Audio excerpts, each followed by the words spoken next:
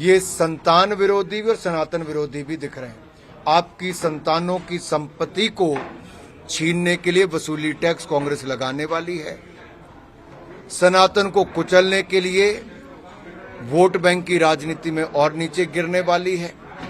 सीमाओं को असुरक्षित करने के लिए चीन से पहले पाकिस्तान से समझौता और उनकी भाषा ही पहले ही बोलते हैं।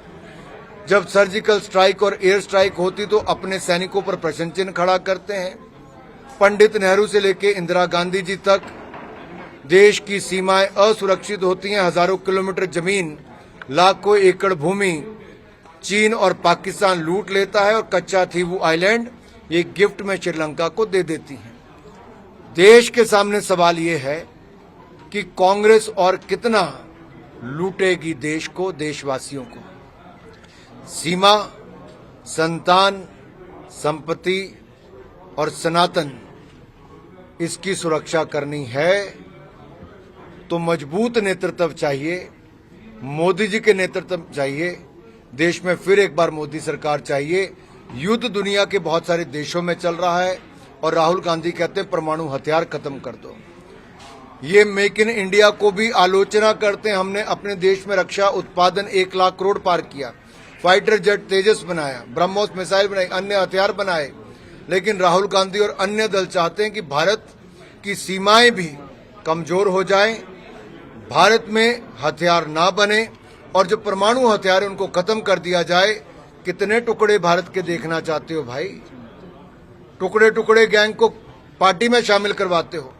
एसडीपीआई, पीएफआई जैसे संगठनों का समर्थन राहुल गांधी अपना चुनाव लड़ने के लिए लेते हैं और सनातन को कुचलने वालों का समर्थन लेते हैं और आपकी संपत्ति को वसूली टैक्स के माध्यम से अपने वोट के लाभ के लिए बांट देना चाहते हैं।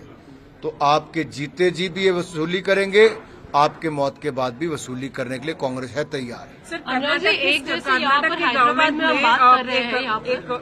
एक रिपोर्ट आया है जहां पे वो लोग मुस्लिम्स को ओबीसी रिजर्वेशन में ऐड करना चाहते हैं सो दैट ओबीसी रिजर्वेशन। हम इसकी निंदा भी करते। मैं इतना ही कहूंगा, एससी, एसटी, ओबीसी को उसका अधिकार कोई दिला सकती तो भारतीय जनता पार्टी ने दिलाया है और कांग्रेस लगातार तुष्टीकरण की राजनीति एक और कर रही है। दूसरी ओर इनके अपने ही कॉरपोरेटर की बेटी का कत्ल, नेहा का, दिन दिहाड़े कर दिया जाता है।